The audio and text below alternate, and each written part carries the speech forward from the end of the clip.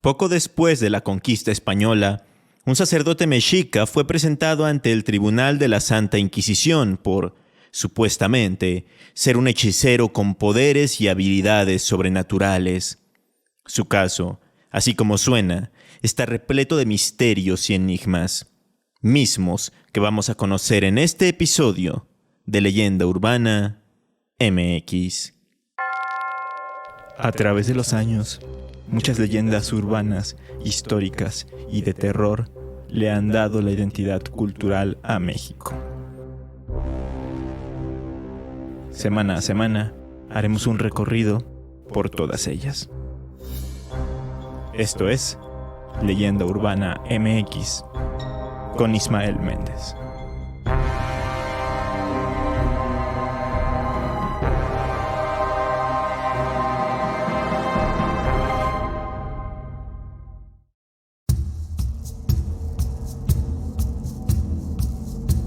Martín Ocelotl es el nombre que se le dio a un sacerdote mexica nacido en el año 1496 en Chinantla, en lo que actualmente es el estado de Puebla.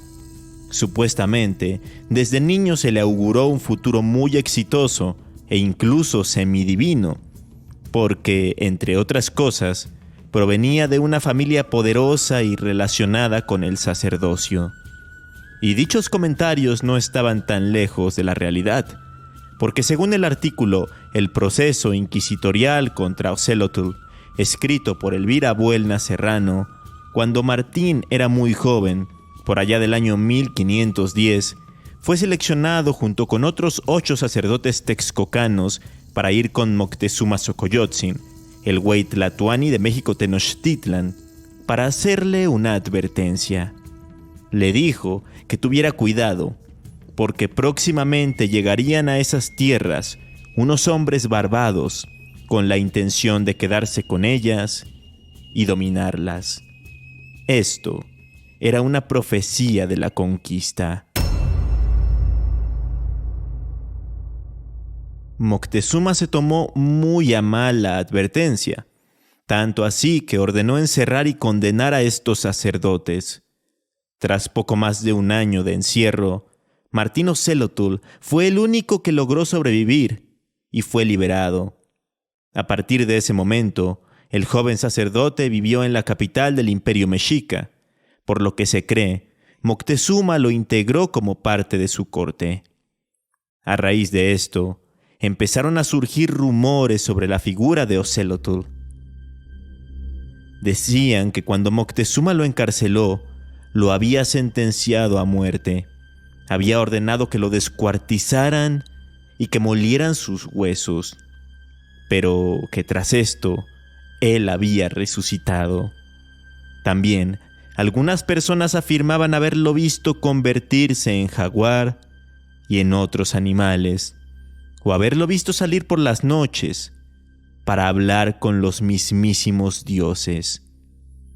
Por todas estas historias, Ocelotl comenzó a ser temido y respetado en la región, sobre todo en la zona oriental del Valle de México, en lugares como Tecamachalco, Coechula, Tepeaca, Huaxtepec y el propio Texcoco.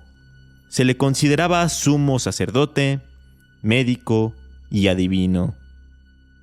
Respecto a esto último, lo de adivino, pasados unos años de que Ocelotl y sus compañeros sacerdotes le dieran la advertencia a Moctezuma, esta se hizo realidad, pues en 1519, y desde el otro lado del Atlántico, llegó Hernán Cortés con sus hombres, y ya todos sabemos lo que ocurrió después.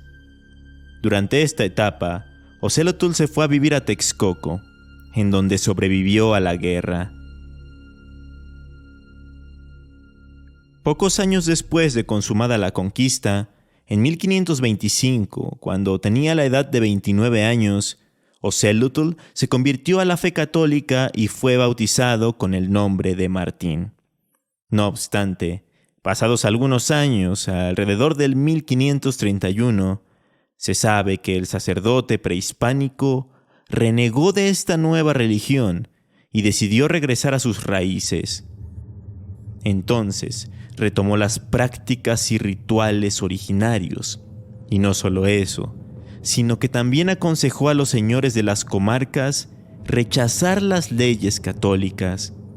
Incluso decía que los frailes se convertían en sisimimes, una especie de horribles demonios o seres malévolos de la mitología mexica. De hecho, esta fue la razón de que fuera capturado otra vez, pero ahora por los españoles.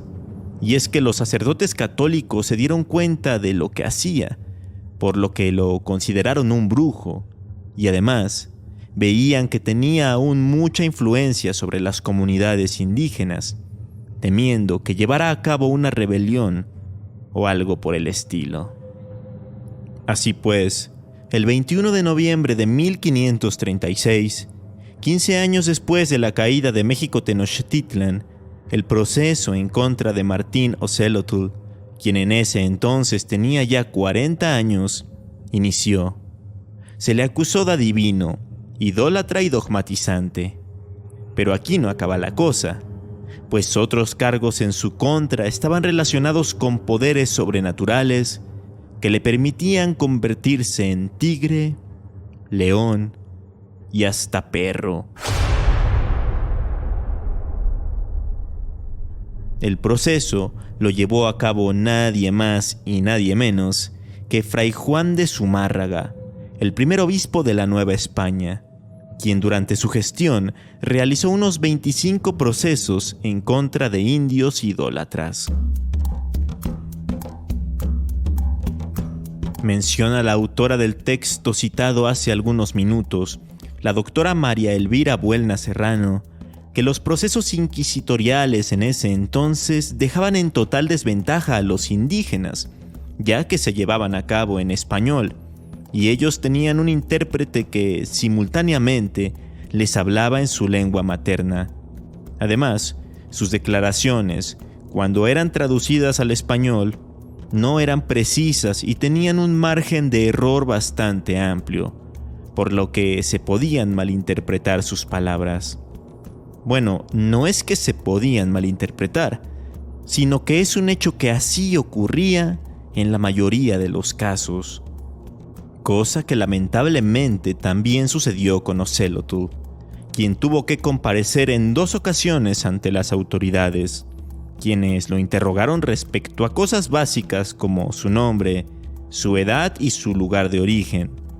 Pero también le preguntaron acerca de otras cosas más puntuales, específicamente sobre las cosas por las cuales se le acusaba.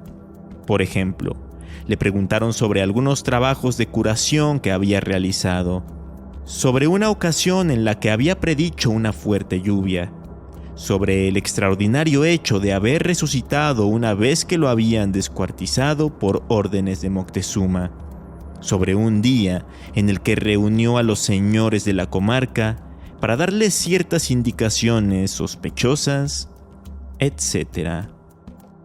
Luego del juicio, los altos funcionarios del Santo Oficio determinaron que el sacerdote texcocano era un hechicero que realizaba brujería y que era una influencia maligna para los nativos de la zona, por lo que ordenaron desterrarlo de la Nueva España y enviarlo a las cárceles de la Inquisición, ubicadas en Sevilla, España, no sin antes exhibirlo y humillarlo públicamente por las calles de lo que ahora es la Ciudad de México y por el Tianguis de Tlatelolco, donde fue presentado como un reo del Santo Oficio. Luego, se le confiscaron sus bienes, mismos que consistían en 133 pesos de oro corriente, las 5 casas que el sacerdote tenía en lugares como Ixtapaluca, Texcoco, Tlatelolco, Tepeaca y Huaxtepec, 5 gargantillas de turquesa muy finas, 2 trozos de oro fino, un trozo de oro y uno de plata, algunos utensilios importantes para los indígenas como plumas de colores, jícaras de barro y madera, palos para moler cacao, hilo color naranja, estandartes, una camisa bordada, una piel de venado, hierbas para teñir en color amarillo, perfumadores, jarras, amaranto, frijol, madera, 2 pelotas de caucho y piedras para moler maíz, entre muchas otras cosas.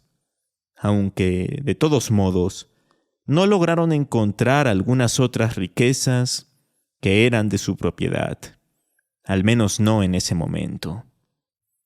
Y ahora prepárense, porque aquí viene lo más misterioso del caso. Se sabe que Martín Ocelotl sí que fue enviado en un barco rumbo a España para cumplir su sentencia. Sin embargo, nunca llegó. No hay registro de que Ocelotl haya estado en Sevilla y tampoco se conoce el rumbo que tomó el barco ni lo que ocurrió con él. Hay quienes piensan que Martín Ocelotl, con sus extraordinarios poderes, provocó una terrible tormenta que hizo naufragar al navío. Pero obviamente no es posible comprobar algo así, por lo que es un completo enigma lo que sucedió en aquel trayecto de la Nueva España hacia Europa.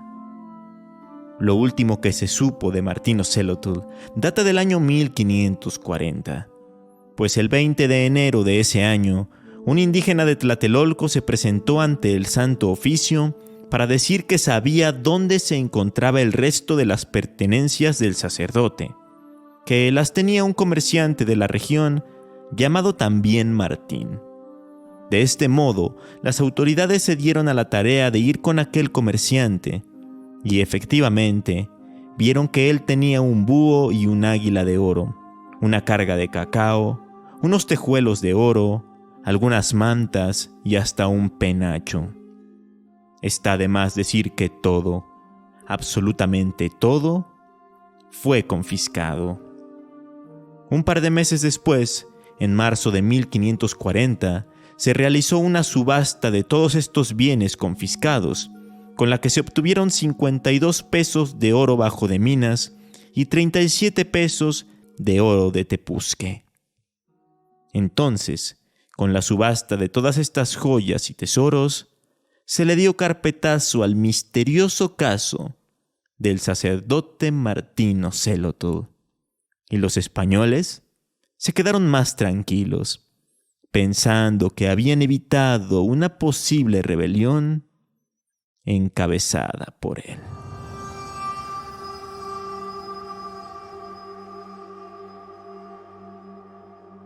¿Conocían esta interesante historia? ¿Qué creen que haya sucedido con Martín Ocelotl durante el viaje? Compártanme sus teorías a través de redes sociales. Me encuentran como Leyenda Urbana MX tanto en Facebook como en Instagram. Si tienen curiosidad, pueden leer todo el documento del proceso inquisitorial al que fue sometido Martín. Está disponible en internet, solo que es un tanto difícil de entender por la letra con la que se escribió y por el español que se hablaba en ese entonces. Pero ahí está la recomendación. Por cierto, antes de terminar, para quienes se preguntaban por la ausencia del podcast la semana pasada, resulta que después de los especiales de Halloween y Día de Muertos, me tomé un tiempo para empezar con la producción de los últimos 5 capítulos de la temporada, además de un especial que saldrá la próxima semana. Así pues, el final de temporada será el último día y a su vez el último jueves de noviembre, el jueves 30 de noviembre, con el episodio número 80. Pero por lo pronto, aún quedan un par de semanas con nuevo contenido aquí en Leyenda Urbana MX. Así que nos escuchamos en unos días con un nuevo capítulo.